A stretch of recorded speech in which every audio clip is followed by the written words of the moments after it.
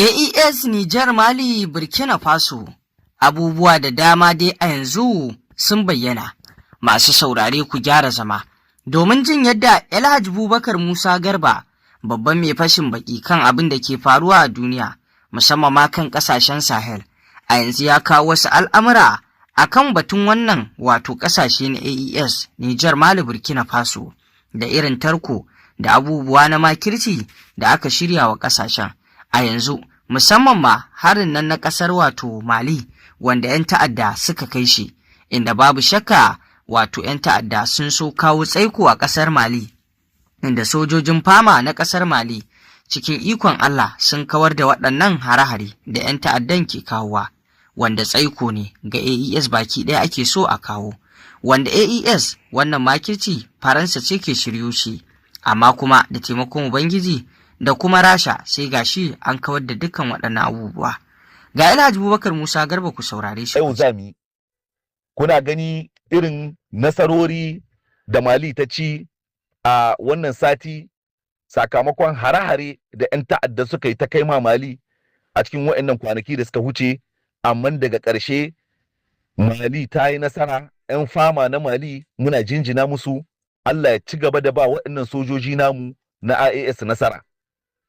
Gungu na 'yan ta'adda ne aka turo don su zo su ka hargitsi a Mali.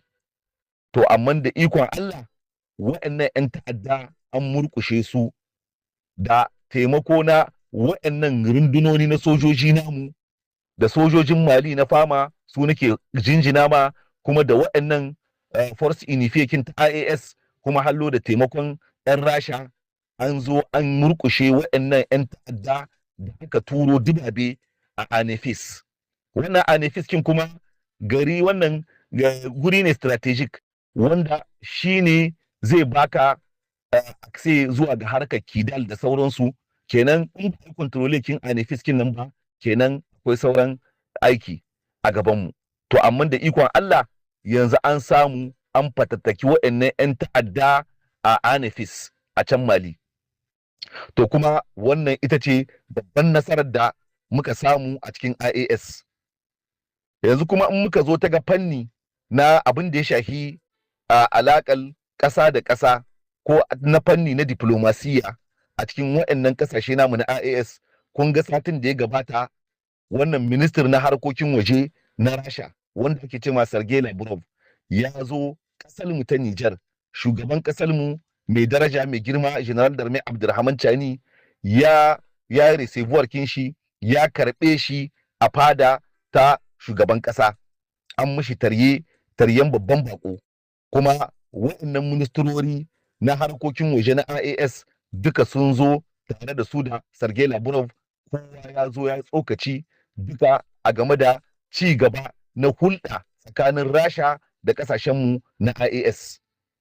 Kuma Sergei Lavrov ya yi magana a game da irin ta'addancin da aka kamu a nan Sahel, su wane ne suke da hannu a ciki, wanda ya ayyana su kwado-kwado, firifalo ya fito ya ce ga waɗanda suke bayan duk waɗannan ababen da yake faruwa a Sahel, waɗanda suke tallafa musu, waɗanda suke kama musu. Sergei Lavrov bai bi wata ya huddo su, su ne Faranshi da Ukraine. Faranshi da Ukraine, wannan kamar yadda na ce muku a can baya a cikin fashin baki da ne na baya, yakin wannan na Rasha to shi ne kuma hallo aka maido shi ya zo aka buɗe shi a Sahel, saboda su waɗannan les occidentaux ko imperialist kin nan duk inda yanzu suka gani enterekin kasashen da suke gani, duk inda akwai enterekin kamar yanzu China da Rasha, tunda su ne kishiyoyinsu, su ne ake ce masu global, to su kuma za su zo nan su ma a nan su yaƙi waɗannan ƙasashen da suke da alaƙa da Rasha, kamar yadda aka yi a can baya ma ai a lokacin da aka yi abin da aka ƙirƙiro ma ta'addancin na farko, wanda wata operation da ake cewa operation Cyclone les années 70 wannan 79 kin nan 80, a lokacin da aka ƙirƙiro Bin Laden ai dan aje a yaƙi 'yan Rasha ne a Afghanistan. To wannan shine makasudin wannan ne, tun daga wancan lokaci suka ƙirƙiro 'yan ta'adda wanda aka fara ƙirƙirowa su Bin Laden.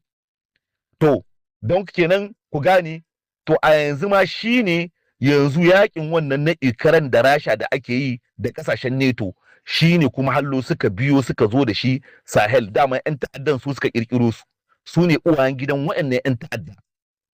Shine Sergei Lavrov ya fito kirikiri ya gai ya ce horon shi da ita da Ukraine su ne suke training kin waɗannan 'yan ta'adda wanda suke nan suke addabal kasashenmu na IAS. Su ne suke koya musu halba drone, su suke ba su makamai, su suke ba su ransanyaman da sauransu. Duka waɗannan ababe ya haɗi shi Sergei Lavrov ga waɗanda suke da hannu a cikin wannan ababen da yake faruwa Sahel. Kuma Sergei Lavrov ya ce wannan ba za ta saɓu ba. Rasha tana nan tsayin daka na kama ma waɗannan ƙasashe na IAS saboda dukansu abinsu guda ne, gurinsu guda ne. Duka gurin da Rasha ma kanta yanzu da su ma suna nema ala kulli halin ba yau ba su ga ƙarshen Rasha, amma ta ƙitira. Ga yakin Ukraine nan kuna gani shekara nawa yau ake yakin Ukraine wanda duka 'yan NATO su ne suka taru ma Rasha, amma suna nan suna shan kuɗa su a hannun Rasha. Bayan an ƙare wannan suka je gata da suna Iran, Amurka da ita da Isra'ila suka je a can ma suka sha kashin su, suka sha kumya, babbal kumya da aka yi. Amurka da ita da Isra'ila suka tahi suka kai ma Iran hari, amma da kansu suka ja baya. Duk da haukan Donald Trump da ya ce sosan duzar za su kare da Iran, to amma gashi wankin hula ya kai su dare. Sai gashi ya komo iya neman sasanci a buɗe Strait of Hormuz. Da ya ce bomb zai sa ya buge wannan Strait of Hormuz kin da sakarcin shi. Amma yanzu ya gani ba ta ci, aka ce maganin waye karen maguzawa ko? Taw. Da haka suna na yanzu suna shan kuɗa su a hannun Iran da hannun Rasha, kuma a nan IAS kin ma 'yan ta'addar suna nan suna shan kashi. Muna rasa daga cikin sojojinmu ko daga cikin kwararen hula, amma haka ne yaƙi ya gada. Amma insha Allahu da izinin Ubangiji, in Allah ya yarda, sai mun ga ƙarshen wannan ta'addanci a cikin sansanin wannan na Sahel. Yanda shugaban ƙasa Janar Darmai Abdulrahman Chani ya ce sansanin na Sahel za mu maida shi wani sansani na zaman lafiya da haɓaka tattalin arziki, wanda kuma hanyar ce ake bi a yanzu. Amma daman mun san akwai ƙalubale da dama, to ƙalubalen wannan su ne kowane 'yan ƙasa daga cikin wannan ƙasashe na IS mu san da ababen da suke tunkarar mu, kuma da kowa ya san irin gudunmuwa da zai kawo a cikin wannan tahiya domin mu ga mun sami incin kanmu na ainihi.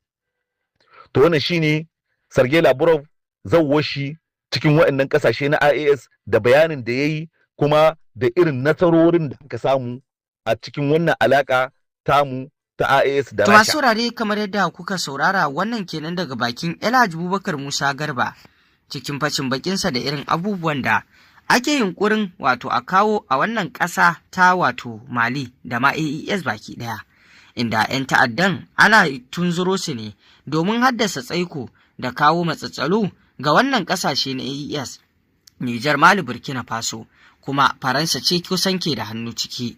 Ba wani abu ne sanya Faransa ke ƙoƙarin kawo tsaiko ga waɗannan ƙasashe na AES ba, illa abin da yake na lallai fa sai sun dawo cikin ƙasar. Kamar yadda muka sani, Faransa ita ta reni waɗannan ƙasashe na AES, Nijar, Mali, Burkina Faso, amma kuma daga ƙarshe waɗannan ƙasashe guda uku da suka haɗa kansu cikin ƙungiyar AES suka kori ƙasar Faransa. Dalili kuwa shine irin yadda Faransa ta cuce su kuma ta kawo masu tsaiko, shi ya sanya suka gabata da wata rana face su sallame ta bar ƙasar, wanda wannan na daga cikin dalilan da ya sanya Faransa ke jin haushi take ta haddasa masa abubuwa da dama. Amma dai ƙarshe duk wannan al'amura da suke yunƙuri ba zai tabbatu ba, kuma ba za su cimma shi ba, domin AES, Nijar, Mali, Burkina Faso sun yi gaba, kuma da yardar Ubangiji babu su ba komawa gidan jiya. Al'amarin kawo tabbataccen 'yanci da shugabannin nan Assimi Goïta, Chani Ibrahim Traore ke ƙoƙarin tabbatarwa 'yan ƙasarsu tabbataccen 'yanci, da yardar Ubangiji sai ya kai ga inda ake so ya je.